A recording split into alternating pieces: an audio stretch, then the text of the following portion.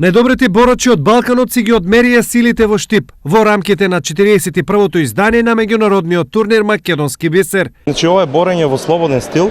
Имаме од 10 држави и околу 50 надпреварувачи. Значи ова е само репрезентации со све квалитетни борачи, така за тоа е направен со помалку. Турнирот Македонски бисер има изградено меѓународно реноме и секоја година е предизвик за учесниците од соседните држави. Този турнир е на доста години с... Ова е турнир со голема традиција на Балканот. За нас учеството е важно за да си ја видиме кондицијата. Наскоро имаме шампионат во Бугарија и ова ни е одлична контрола. Нашите учесници проверяват до каква степен се подготвени за национални шампионат.